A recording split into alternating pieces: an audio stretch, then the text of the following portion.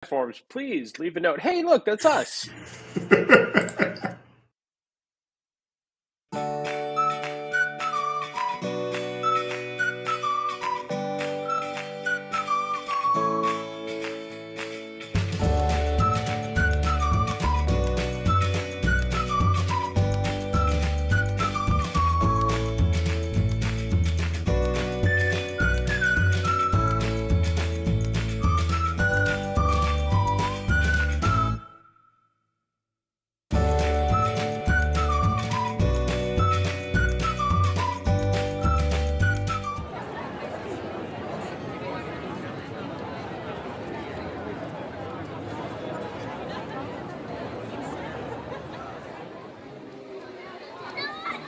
It's on!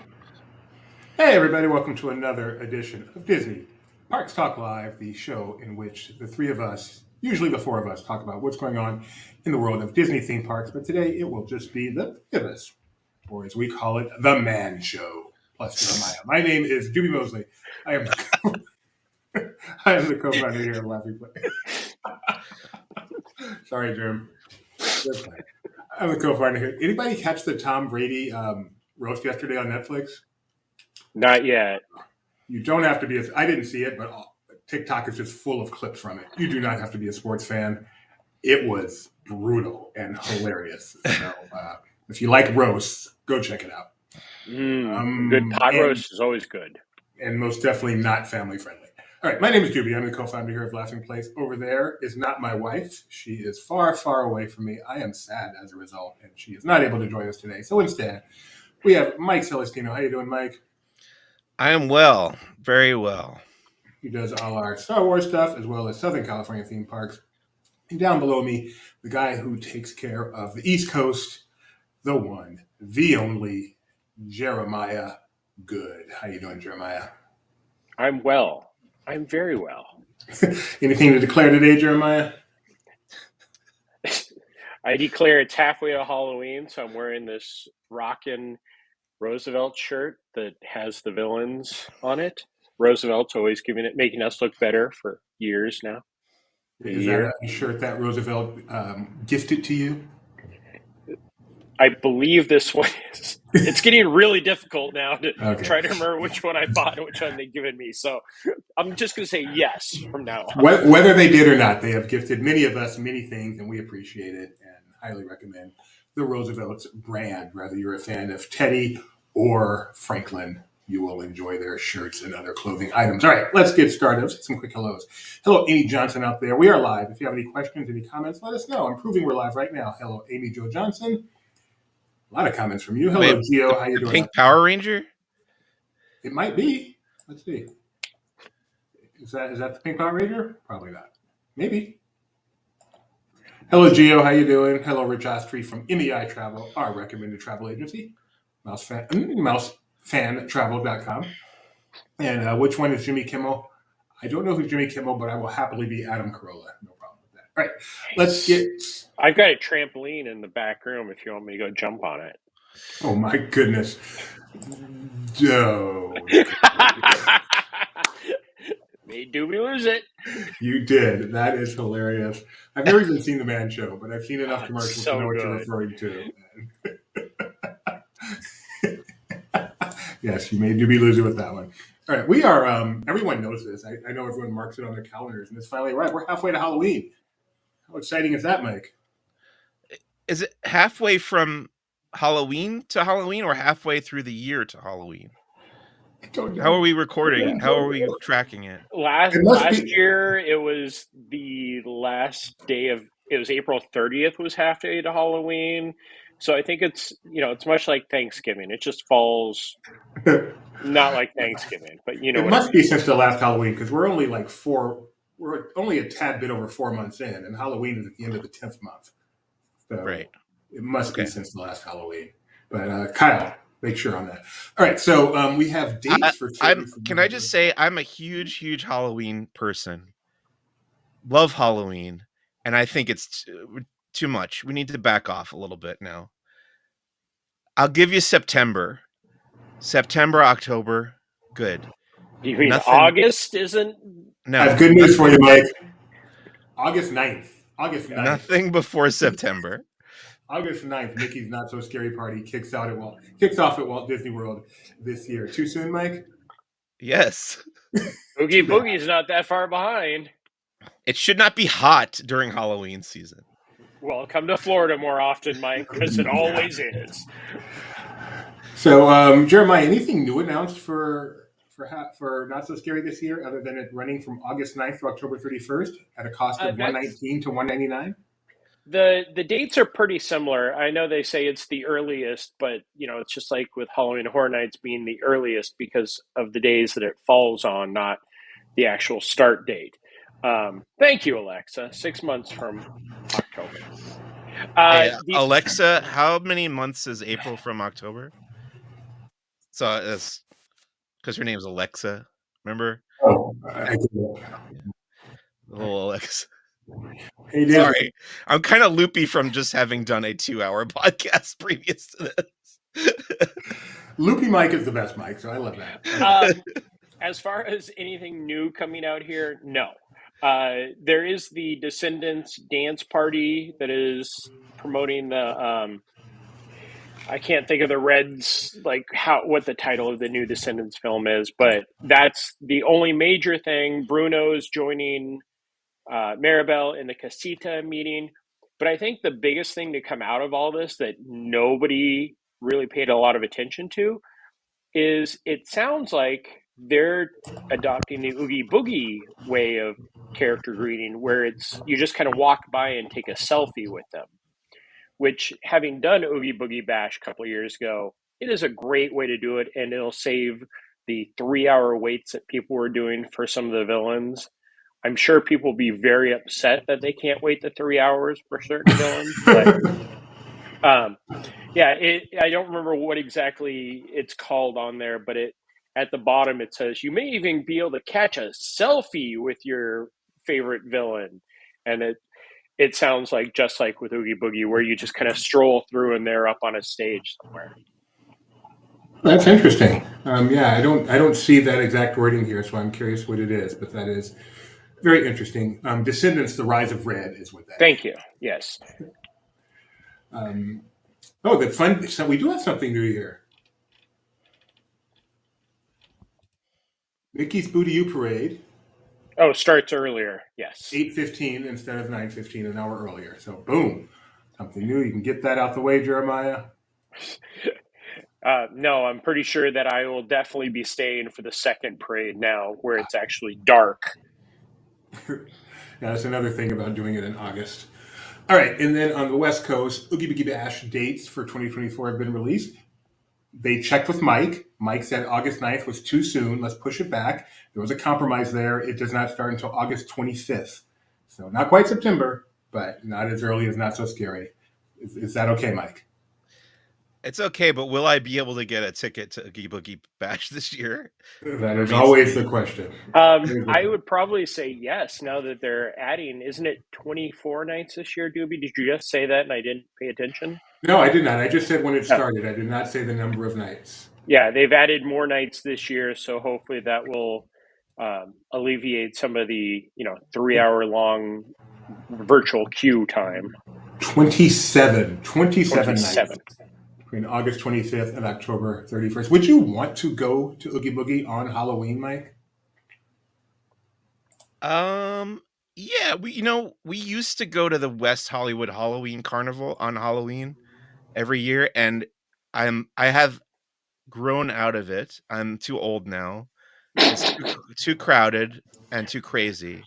So Disneyland would be a fun alternative. Although we have settled in lieu of the West Hollywood Halloween Carnival, we now go to our friend's house in Santa Ana where they have thousands of trick-or-treaters, and we have enjoyed that. So I think probably the night before Halloween would be preferable, to answer your question. Halloween night out here is always good because hardly anybody is going to that party. Why? Because they all want to be out trick-or-treating. Actually, here it doesn't matter because everybody comes out for that. But I know Disneyland, when they first did their Halloween parties many moons ago, Halloween night would be the last one to sell out, and it never did. Oh, really? Oh, that's fascinating. Do you have your costume in works already, Mike? I want to be a Ghostbuster this year, but it would require my trap and a PKE meter to arrive before Halloween that I've pre-ordered from Hasbro. But they said it will come sometime in the fall, so it's really a roll of the dice. I know a few people that can get you some really screen accurate ones too, Mike, Yeah. if you want those. Okay. Let's move on to the cruise line where they are doing Halloween on the high seas as they do Oh, every and year. Doobie, I'm sorry, there are new Yeah. costumes for Mickey and Minnie here, and does Disneyland also have them?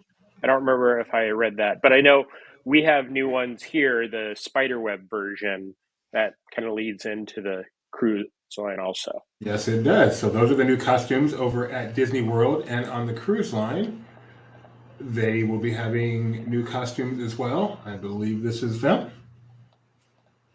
Did I get that right? Am I in the right article? Yes, Halloween on the Yes. seas. So I don't think we know. We probably do know, but not in this article, the specific dates for Halloween on the high seas and which ships, because it's not on all the ships and it's obviously not on all the dates. But it will be on select sailings in September and October. And as always, if you would like to book a trip on the Disney Cruise Line, Disneyland, Disney World, pretty much any Disney destination, we recommend Mouse Fan Travel, the official travel agency of Laughing Place. Been using them for many, many years. Cannot recommend them highly enough. Just go to mousefantravel.com. I feel like Rich could put a link in the notes Feel if free, you wanted to. Go for it, Rich, and feel free to ask for Rich. Rich, if you tell him you heard about it, if you tell Rich you heard about us on Laughing Place, he watches a lot of our shows. That's an instant connection. You want to have a good connection with your travel agent, so that's an instant one right there. And speaking of Disney Cruise Line and spooky stuff, we got some really interesting stuff today. Oh, okay, go, Jeremiah. I'm just going to let you talk. The Haunted Mansion Parlor that's coming to the Treasure, which when I went to that announcement, that was just one of those things because it's taking the spot of the Hyperspace Lounge that is currently on the Wish, but on the Treasure. And they didn't give us a lot of information. They kind of said, okay, it's going to be Haunted Mansion inspired. And then today they gave us these beautiful pieces of art. This is the bride, and these will be changing portraits from what we can gather from the article. And this is reminiscent of Mark Davis's Catwoman, where it's the bride in one, and then it goes into her as a mermaid. This is the haunted fish aquarium. You know what? Let me back up because okay. I have before and after. Yeah, there's the bride, and then she becomes the mermaid. And this is the haunted aquarium that is inspired by Rolly Crump's Museum of the Weird. And the backstory of this is the bride and the captain went in. People saw them going into the lounge. And when they came in, all that was left was the hat that is going to be in the aquarium from the captain. And that brings new meaning to the word fish food. Yes, that's actually said in the Disney Parks blog article. Wow. Were they talking about the Ben & Jerry's flavor? Yes. Yes, you see trails after you eat it. It's amazing. This is the Mariner. He is seen both here at Walt Disney World and at Tokyo Disneyland, but they're bringing him onto the cruise ship as a character or as a ghost in the lounge. Of course, it fits very well. I'm guessing that your next one may be the two mugs that will be available only on the ship, and that is the bride, her in her mermaid form. Oh, trust me, Mike. I was like, gotta go on this right away. Mike already about to buy the world's most expensive mugs. And that's the Mariner, which I love both these. I'm excited that they are doing these because it's just so cool and it ties together with everything. Do you have the artwork of the captain that they debuted? I do not in this article. Why don't you talk for a bit and let me see? If you go to the Parks blog, those mugs look just as difficult to drink out of as the Lothcat one that I bought on Saturday. Well, that's why they have straws, Mike. But yeah, this, we've all been excited about every bit of news that's come out of the Haunted Mansion Lounge the Haunted Mansion Parlor uh, for the treasure. But today they really dropped a lot with some more backstory and the artwork for it. It's one of those ones. I loved Hyperspace Lounge, but I felt Hyperspace Lounge was just kind of you went in there and that was it. There wasn't a lot other than watching. This has This the it? whole backstory. Yes, it is. Yeah, and so there's the captain. They debuted that art also. I believe they debuted. Kyle can correct me, but I hadn't seen it before. Yeah, I think So it previously debuted, but that doesn't matter. yeah, you will be able to get a lot of the story. The bartenders will actually be servants in the parlor or from the parlor when the captain was on there. So they'll be able to tell you stories along with the interactive things that can happen around the parlor. So I feel like the Hyperspace Lounge was a little bit of a letdown from what a lot of people expected. Do you think this will exceed that, Jeremiah? I think so. Just from what they're doing, the Hyperspace Lounge had some great things that, Mike and I were sitting in there. We could talk about the ships and watch things fly by for hours, but it's not. Haunted Mansion, I think, has a greater appeal across all ages and all genders. Whereas, Star Wars, I feel like, is very man centric. Thank you, Ashley, for exposing the female fans. But Haunted Mansion, everybody loves the mansion, except the little kids who go screaming into it. Disney Treasure debuts this fall, late fall. December. Yeah, its maiden voyage is actually over Christmas, if I'm Yeah. recalling correctly, which is amazing. December 21st. It will have some soft voyages before that, almost certainly, but the actual maiden voyage, December 21st. And looking forward. I can't believe how close that is getting. So excited for another cruise ship, the best part of Disney. After when the treasure debuts, does the Wish then become old news and it's like easier and cheaper to get on that ship? No.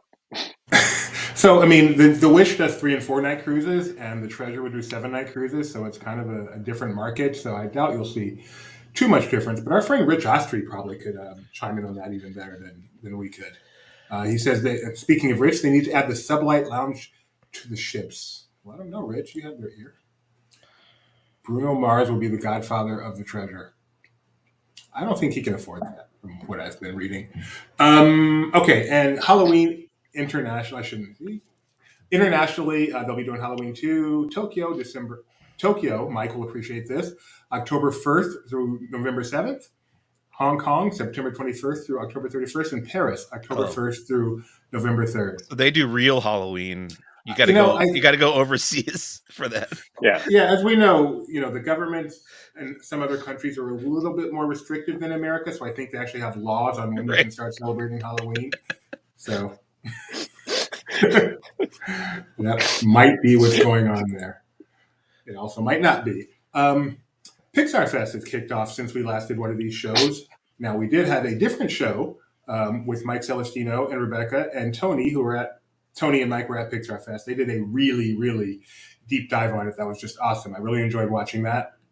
So we are not going to rehash Pixar Fest right now, but maybe if Mike Celestino can just give us a... Well, Jeremiah was also around.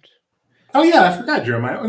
We've heard from you, Mike. Jeremiah, give us your 60 seconds of Pixar Fest. Not the basics. We know the basics, but your feelings. I really enjoyed Pixar Fest from what I got to see. When Mike and I were doing one of the episodes, you've done 3 episodes of Who's the Boss this week, I think, Mike? Oh, yeah, with one more coming up later in the week.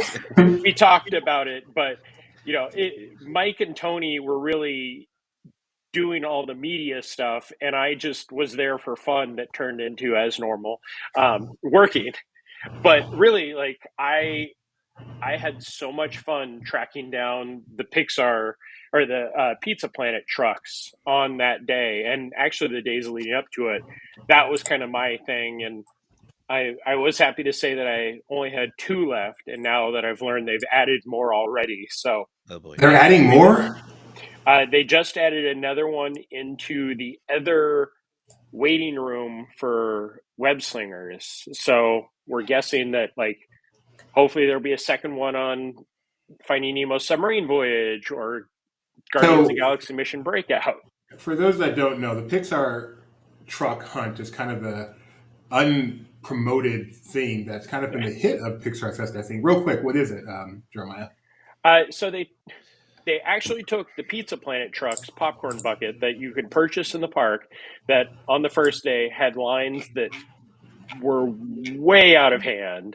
And a lot of them are designed, altered, redone for attractions they're hidden in. Yeah, that's the one on Jungle Cruise at Trader Sam's, and it looks like it's made out of wood. There are some amazing ones. That's probably one of my favorites, and that's in the Adventureland Treehouse. And it's the Pixar or the Pizza Planet truck, but as an accordion. So I'm not going to ruin all of these because I know there are people who want to go to Pixar Fest and experience this. If you are not going to make it, or you need some help, or just want to, Need some help? Yes, definitely we need have help. we have an article on our site, which Kyle can do me a favor and put a link to that in the chat, which I think finds them all. Gets a picture of every single one and tells you where you can find it. So yeah, good We're job, missing guys. two as Still? of one. Oh, the new two. No, one was Grizzly, which nobody knew anything about. The other one was on the Matterhorn, which they told me approximately where it was because I wrote it multiple times and could never see it, and I still never saw it. You still can't see it. Yeah.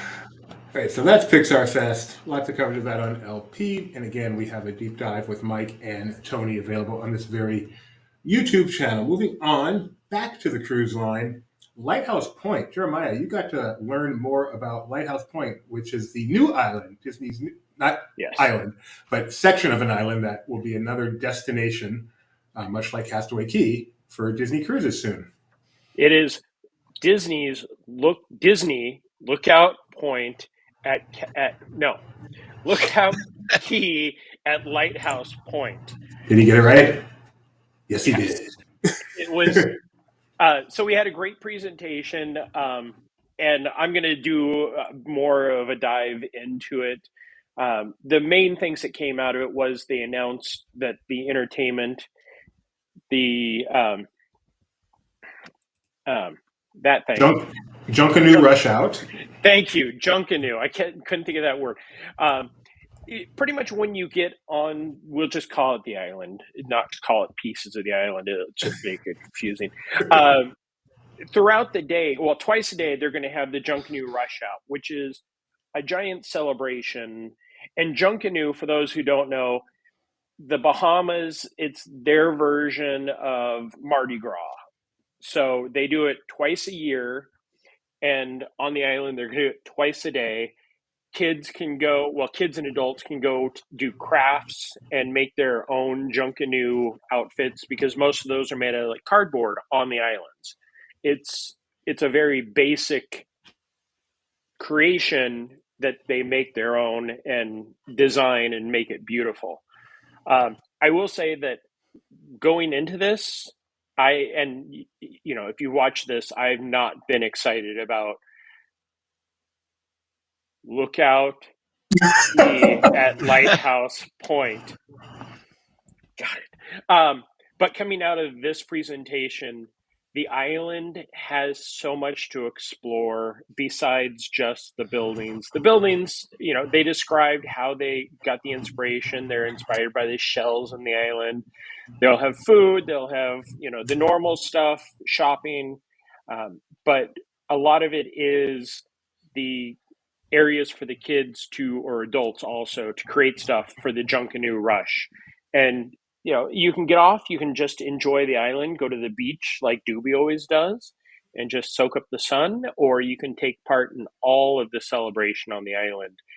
One of the things that I got really excited about is the bridge from where the ship ports to the island is built over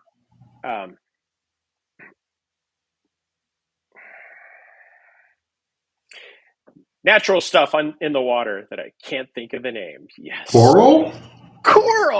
Thank you. I Jeremiah was at got so Magic stuck. Kingdom for a few hours, so I get an excuse also. But it's one of the first bridges that is actually built over to not harm the water, so it enhances all of that. And you get to explore the island. They're working on a lot of excursions on the island to take you to the native areas of the island and see the people that live there, because it's not like Castaway where it's an island that 8 people live on. This is an actual island where there are people that live on it, and you can see all of that at some point. And then I think it's in that video presentation, Matt over at Attractions asked a question that a lot of people during the presentation just shook our head at, but it opened up a great answer of, is there a lighthouse at Lighthouse Point? And I'm not going to spoil it, but go watch the video over there. It's a Okay. great explanation, and the island just gets more and more appealing to me with each piece of news. I'm excited to be able to go there to celebrate my birthday, and I will be running all over that island nonstop. So when are you going to see it? I will be on the island on June 7th, which is my actual birthday. Jeez, that's a month away. That is crazy. So in addition to seeing Junkanoo Rush Out, Jeremiah will also be checking out the character-based Disney Fun in the Sun Yeah. Beach Bash, not Beach Blast. I'm thinking DCA year one. Beach Bash. Oh my goodness. Stop it. Yeah, and all the characters have special costumes that are designed just for this island. And then, are you going into the merchandise next? No, go ahead. The merchandise is all inspired by the characters. So you'll see these beautiful designs that are Junkanoo inspired, but they are also inspired by the characters. There's the Mickey, Goofy, My Minnie, favorite. Oh, I'm sorry, I Donald. skipped right to that one. Yeah. Minnie was kind of, okay, I'll show Yeah. Minnie. She's interesting. Those are clever. And then there's also the Pluto one, which I love because it's bright yellow. Yes. Yeah, they have some. We got a preview of that. The pins. You can head over and definitely check out the article about all of that, and get excited. Like I said, I was so not excited for this island, and now, not lying, I'm excited to go there and to definitely check it out and have fun. Lighthouse Point, very exciting. Anything Disney Cruise Line, very exciting. Right, let's go backwards just a bit and revisit May the 4th. I know we briefly mentioned that. Oh, no, we didn't. We were before the show. So we're going to mention it for the first time now. Mike Celestino, Star Wars guy. What was May the 4th like for you at Disneyland Resort? So I got there much later than I had planned, but I still got to see, I think, pretty much everything that was happening. I got there around, I think, 4:30 or 5 p.m. and spent the evening walking around. I checked out all the merch. I was surprised to find that the merchandise for May the 4th this year at Disney Parks was themed to the mid 1980s Star Wars droids cartoon, which I was not expecting whatsoever. Not something they talk about a lot. It is available on Disney Plus to watch, but it just doesn't get a lot of representation in the conversation or merchandise usually. So cool to see that. They also have a lot of 25th anniversary Phantom Menace merchandise. The Lego store was doing, yeah, there's the May the 4th shirt. Lego store had a big May the 4th event. It is also the 25th anniversary of Lego's partnership with Star Wars. So they were making a big deal out of that. They had this buildable mural that guests could contribute to. So each guest would build like a little square worth of it. They would hand them off to the Lego employees and they would put them in place where they belonged on the mural. So that was cool. It's like a collaborative mural building, which is cool. I majored in that. Inside the park, there was new merchandise at Star Wars Galaxy's Edge, including, let's see, the Stormtrooper helmet, popcorn bucket. There were new plush dolls of Cad Bane and Chrysanthemum at the Toydarian Toy Maker. There was a new Nexu plush at Creature Stall. If you remember Attack of the Clones in the Geonosis arena battle, Nexu was one of those big creatures that they fought. This is called the Sap Tap Cup, and it's inspired by Young Jedi Adventures, the animated series on Disney Plus. There's also a new mug that you can get from Oga's Cantina called the Grinning Loth Cat, which I picked up. There's new merchandise in Doc Ondar's Den of Antiquities, including new colors for the holocrons, the Jedi and Sith holocrons, plus new cases for the Kyber crystals, packaging for them. And I was told that there's also new voices that you can hear when you check out, you utilize your Kyber crystals in the holocrons and in the Sith Wayfinders. Yeah, they're calling it the second volume of the Kyber crystals. So that's the Sith holocron there. This was one of the lightsaber meetups in front of the Millennium Falcon, and I know they did another one later on with the fireworks, which I was feeling so wiped out by that point that I took off. I beat the crowd, but yeah, it was a lot of fun. Like you said, Jeremiah, mostly new merchandise, but it's been a while, I feel like, since they added a bunch of new stuff to Galaxy's Edge, especially with the merch. So it was cool to see a lot of new stuff there. How about on the East Coast, Jeremiah? Well, it was at Disney Hollywood Studios, so they had Stage One shop for the actual Star Wars Day. We don't call it May the 4th for some reason. Merchandise, and it was the same stuff on both coasts. They also had the Darth Maul lightsaber hilt in a beautiful box. Plays music, lights up. When I went into Galaxy's Edge, the line for the popcorn bucket had blocked every stall. I made it in the creature stall, but I never made it in the Toydarians. And then I didn't make it into Docks because they were also selling the lightsaber in Docks, and people were in there for the Kyber crystal and the holocrons. And it was crazy over here. And I was lucky enough to do the virtual queue and made it in and out of the shop. And I think before many people even got into the park. And then we were talking to people.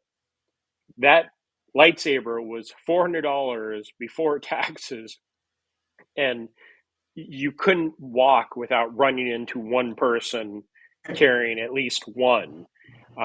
And it was, I heard that they had sold out, but I don't know that for certain. I know that I bought one for my housemate and carried it around for a few hours, and that was why I had to leave before I could see any of the cool stuff, really, because the box, I think it was about 20 pounds. It was Star Wars Day. I spent it doing none of those things, unfortunately, but that's okay. I'm not bitter. Last week also was the big anniversary for Disney's Hollywood Studios, 35th anniversary. Were you in the park for that, Jeremiah? I was. That was one of those ones that was more of a merchandise. Again, it was one of the 5 anniversaries. So unless it's the 25th, nobody really cares. It was the 35th anniversary, and they had some fun merchandise, but they also did an amazing moment at the studio, or at the Theater of the Stars. That's the map. They gave us a very thick map that folded out into the poster. But the moment at the Theater of the Stars was great. Had the Muppets, Mickey and Minnie, actually just Mickey in the sorcerer costume. And it was hosted by the Walt Disney World ambassador, Serena, who did a great job. There's Chippendale. They came out and did the banner dance for Fantasmic.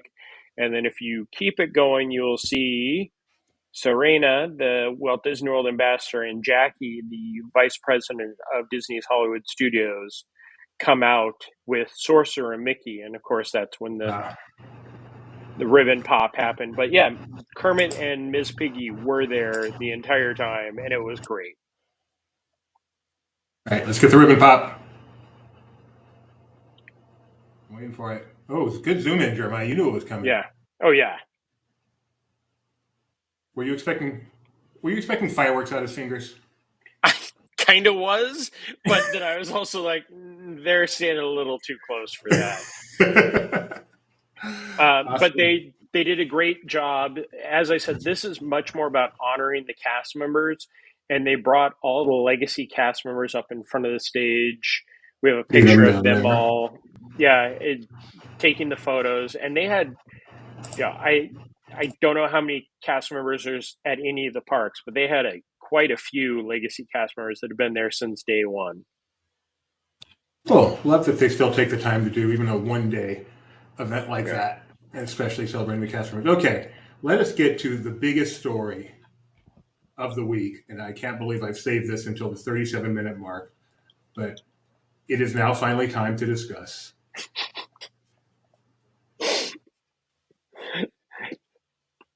The smell. I thought you were going to bring up the water conveyance system working on the Swiss. The you know what? I'm sorry, Jeremiah. Can you discuss the second biggest story of the week? Yes. Yes, Smelephant's on parade, which I don't even remember when this was announced, but it was one of those things of Not like, recently. okay, sure. I was in California last week, so I didn't get a chance to, do a daily update of when the Smelephants were installed. But I was there on the first day of it.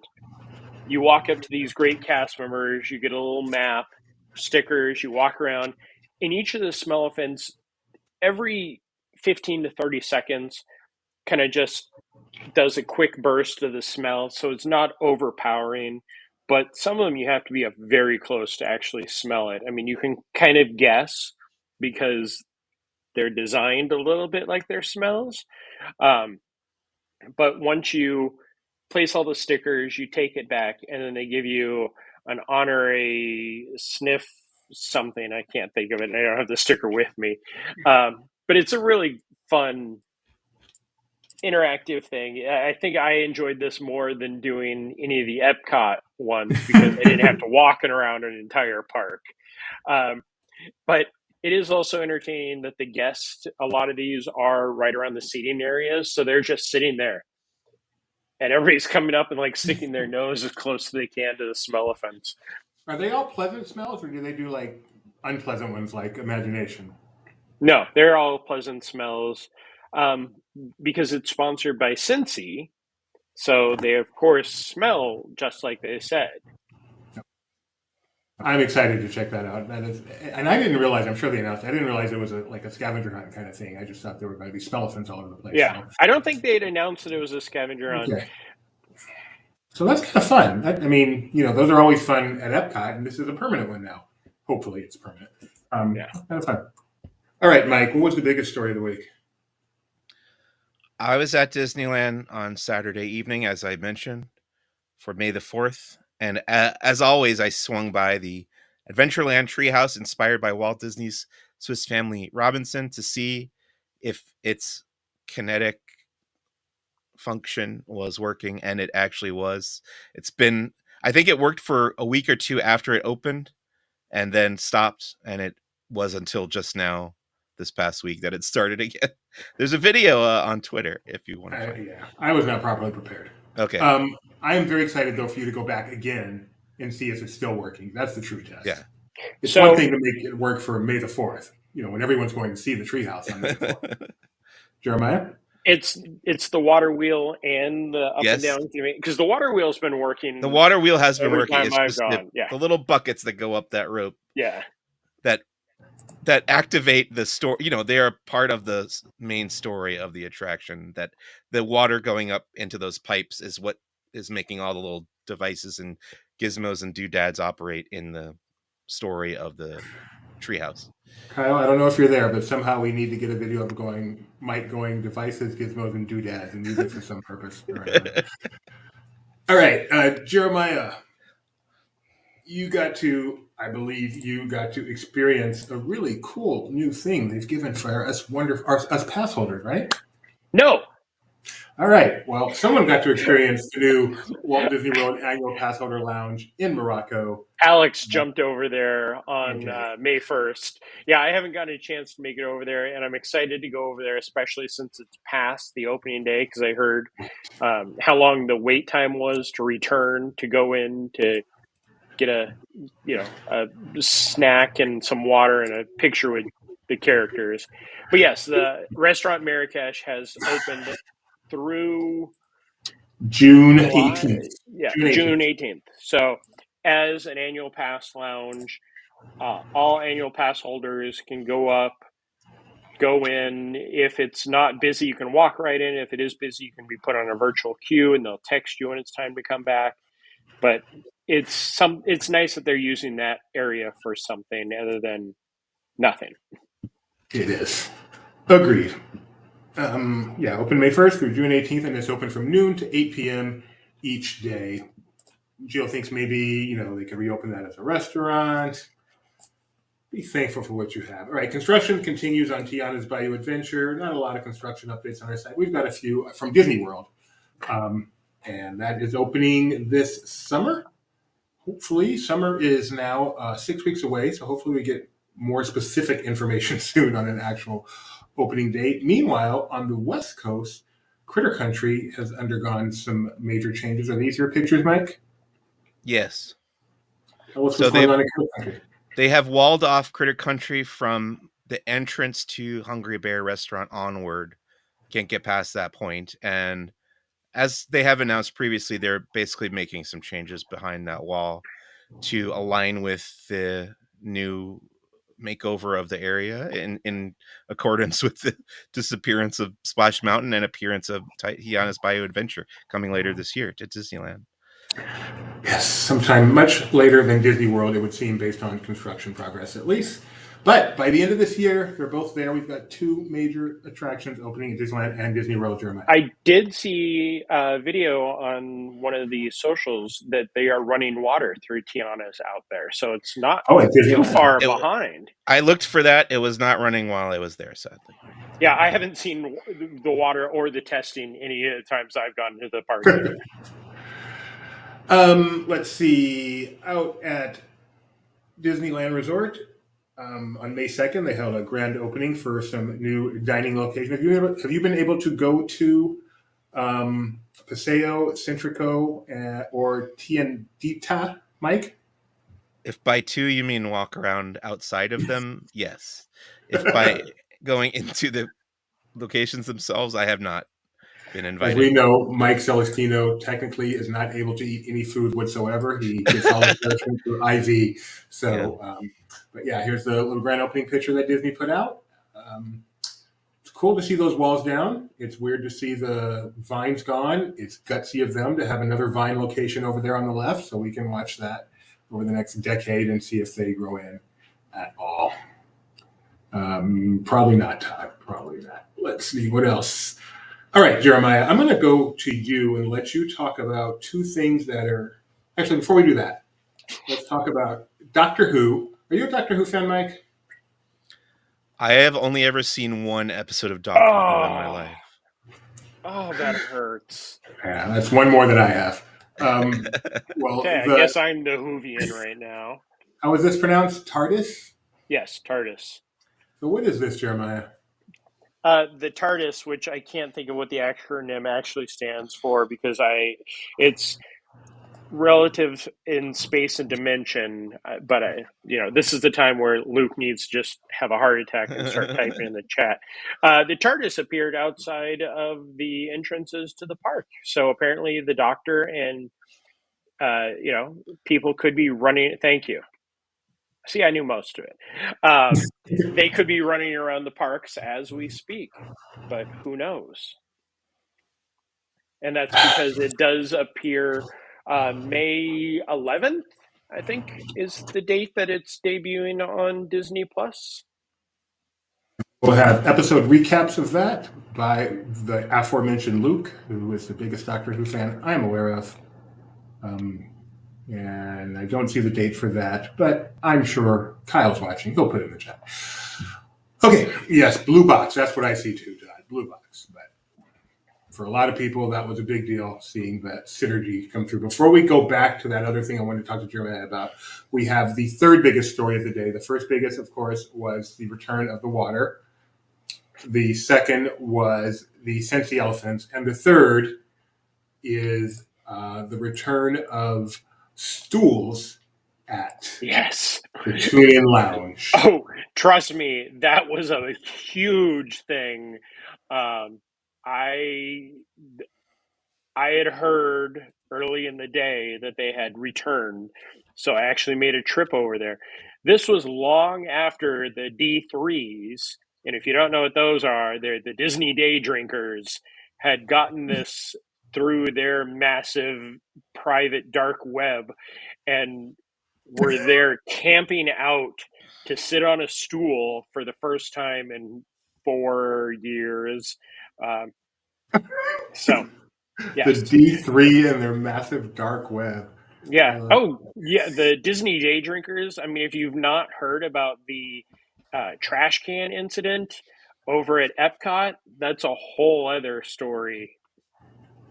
That we will not talk about right now. No, go find that on your own. That's not us. That is all them. But yeah, the stools reappeared. It's very nice to go in there. I actually went in, sat down, had a cherry Coke, enjoyed my night. Do they or do they not still have the peanut butter and jelly milkshake available at the bar? They do not. That is so painful. Yes, no shakes and no food are available at the bar.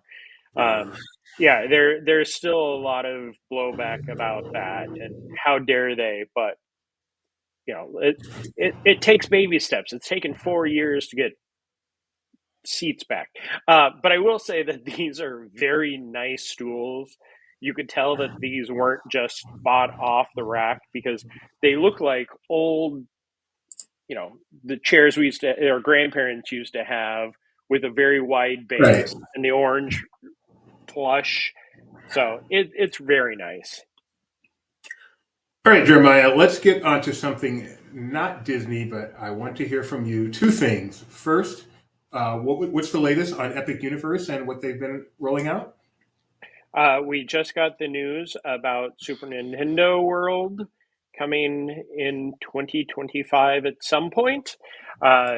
So at this point, we have 2 lands left. We have the Ministry of Magic Harry Potter and the Dark Universe, which will be the monsters. But for the Super Nintendo World, it's essentially everything that Japan has. The Mario Kart Bowser's Challenge, which you can experience at Universal Studios Hollywood. The Yoshi Adventure, which at this point is only in Tokyo or in Japan, their Universal Park. And then, of course, the big announcement was the Donkey Kong coaster, Diddy Kong, and we're getting some more restaurants and quick service. But the coaster is the one that we've all been, since they applied for a patent years ago, we've been watching it because it'll actually look like it jumps the track if you're watching from the outside. That is a very cool look I've seen. You're a fan of the VR ride, Mike? The VR ride? The Mario Kart? Ride? Oh. AR. I actually like it more than I thought I would. Yeah, I enjoy it more each time, I would say. Oh wow. Okay, then I need to keep going because I don't enjoy it at all. But I've only done it twice. Okay. Yeah, I went on it. I've been on it a few times when I go there, and the more times you do it, the more times you actually understand it. And if you pay attention to that video in the pre-show room that nobody pays attention to, it kind of gives you a good idea of what to do. My son, who does not enjoy writing, one day just said, "You know what? I'm gonna write this down." And he wrote this lengthy essay on why the land at Universal Studios Hollywood, I can't think of the exact, Super Mario World, is the what is it called? Super Nintendo World. Super Nintendo World, sorry, yeah, is the best themed land he's ever seen. And he did a really good job. It's long and it's detailed, and so at some point I will actually submit it to LP. Maybe we can convince him to publish it. That's how he did a really good job. I think you can just do that on your own, Doobie. Yeah, you gotta go through. Gotta go through channels. I'm gonna submit it anonymously. See if it's worthy. I don't want to use nepotism. He's no nepo baby. No one gets it easy. All right, Jeremiah. And then the other uni thing I wanted to talk about is Universal Summer, which apparently is going to have drones and therefore be much better than Disney Summer. Oh, the there's a lot that came out of Universal. Like that was a big announcement. So the Sensational show, which is their new water show. They in the lagoon at Universal Studios Florida. This has been a show that's they've changed it multiple times. It hasn't seemed to ever stick, but this one sounds much better. Kind of their world of color. But yes, they are going to have 600 drones, where Mike and I just saw 500 at Angel Stadium, and the show in Disneyland Paris only has 500. So that will be very exciting. 20% more. Yes. And no, it has 800. South one has 800. One of them has 800. One has 600 of the drone shows that are coming. Sorry. Yeah. So this is debuting on June 14th. So Doobie, just stick around a little while longer when you come to visit. And then on July 3rd, yes, is the Megamind Parade. Oh, I'm sorry. The Mega Parade, that every time I see this, I think of Megamind. But all new floats celebrating Universal's great films such as Back to the Future, Jurassic Park, Trolls, Secret Life. No, not Secret Life Pits. The Gabby thing. And, of course, Minions. Always. Yeah. Didn't Walt Disney once say from here on out, Universal will never have a celebration without Minions? Yes. Well, we have to thank Dan Pogmeyer because he created the Minions. He created the Minions and Phineas and Ferb. So he did? How did I not know that? You really need to follow him on social media because I do. I see his TikToks all the time. Actually, yeah. He's very good on social media. No, he did not. But one of his friends has made it a thing to the point where people. When I interviewed him at New York Comic Con, I wore one of my Minion shirts, and he laughed quite heartily at it. Okay, I do. He takes his staff to Disneyland all the time. All right, and then we got more, Jeremiah. Yes, the new Lights of Hogwarts show that is also debuting on the 14th. A new projection show. And yes, Hogwarts always. Fireworks projection. They do a great job. The nice thing about this is, since we're getting drones for the sensational, hopefully we'll get some drones for this, not just a Patronus like California has. And then there's the DreamWorks Land that I don't even know when this actually opens. The dates aren't working in my head anymore. June 14th. Okay, everything's on the 14th except for the parade. Yes. Shrek, Trolls. This land went from something that had Fievel, Woody Woodpecker, and Curious George to having every single DreamWorks possible IP in it, including the coaster that is Trolls, and then there's I want to say How to Train Your Panda, but yes, yes, get it all together in one sentence. Yeah, the Panda area has some. It sounds like it's going to be a great show and a great interactive experience for the kids, where they can learn, Panda Kung Fu. So very exciting summer at Universal. Very exciting next year at Universal with Epic Universe. Universal is 2026 is already going to be big for California because the Fast and the Furious coaster will open then. But let us not forget, Disney has already responded. They've opened Avatar, so right not. Okay, continuing with you, Jeremiah, two more things I wanted to get to. If you could tell us about your experience, let's save that one for last. We're going to go to this one first. Drawn to Life. Drawn to Life. starting later this month, they are going to be offering a special ticket, not an inexpensive ticket, but a special ticket that is limited to 9 guests per show or per night, and that's Thursday, Friday, Saturday, Sunday for the later show. And you have one of the best seats in the house. I know because I actually got to sit in it to see a show a few months ago with our CEO. And you'll see the show. When you walk in, you're going to meet up with your guide. They're going to take you over to the concession stand and the snack stand. You get your own popcorn bucket and a drink, and they say discounts for merchandise. You go enjoy the show, and then following the show, they will take you on a tour that approximately an hour. They never really said how much time, and it takes you underneath the stage and on stage level. You don't get a chance to go onto the stage, and you don't see any of the things like the previous photo had of stuff on the stage. That was because they showed us during the day, but you do get an up close look at some of the props used. This is the animator's desk that comes to life and becomes a horse, a bucking bronco. There, of course, is one of the pillows that Julie loves. This is not one of the pillows that come alive. This is one that she hugs.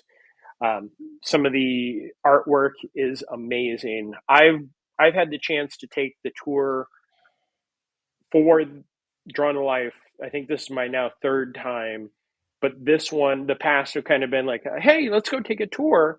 This was actually set up and done by the Drawn to Life people. So your host is very knowledgeable, takes you through everything, gives you great stories, and you get to meet, interact with some of the characters themselves.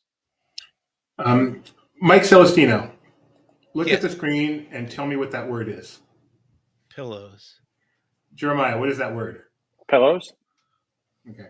I've never heard anyone say pillows before, like P-E, but Jeremiah does. Anyway, not important. Pillows. What do you call the medication? P-I-L-L. A pill? But when you put the O-W-S on the end, it becomes pillows? Yes. Okay, just checking. And finally, we have critiqued without knowledge the look of the new Fort Wilderness cabins, but Jeremiah has been able to get knowledge, at least of the interior. So what did you think of them? So I know that there's been a lot of complaints, Doobie, of the look of the cabin. And we actually got to see the outside of the cabin. We couldn't take pictures of it because we went out to this warehouse in the middle of Orlando, one of those, just come and knock on the door 3 times and hopefully you can get in. But you saw the outside of the cabin with your own 2 eyes? I did. Okay, so this is the thing that I've been ripping to shreds of just being boring white building instead of the cool Lincoln log that it used to be. So, all honesty, you saw it with your own 2 eyes. How's it look? They aren't boring white buildings. They're, I believe, 5 different colors. The concept art that at the top of that article, that is exactly what it looks like. So yes, it is. It's not so much a log cabin like you're used to, but it is a very nice cabin for. I kept saying camping. It is very much a glamping. Like the cabins are the exact same footprint as the current cabins, but when you walk in, there's just so much space. Oh, you're looking. Go to the one that we just put up, Doobie. Okay. That's my 5 or so things about it. So yeah, it looks from the outside, but you're never looking at the outside. Wow, Has so a it nice doesn't little matter. porch. One of the best things is the doors and the front is all open. So as opposed to the old cabins that was you walked inside and there are 2 windows that faced out and you couldn't really see anything, you can open up the curtains and let the sun shine in. Inside, as I said, it's the same square footage as the current cabins, but they did some remodeling. So when you walk in, this is the main bedroom. They did keep the bunk beds, and the bunk beds are very comfortable. I'm not saying that I may have, gotten on one, but yes, they do. This is the hide-a-bed just like they're doing with all the DVC. It folds down, beautiful TV, great artwork in there, and apparently the artwork, they said, will be coming to Art on Demand. Great. Full kitchen, everything except for the washer and dryer. And the washer and dryer, they're going to build a new laundry facility, so they'll have more washers and dryers available, but there aren't any in the cabin. Excellent. And the Fort Myers cabins are coming this summer, right?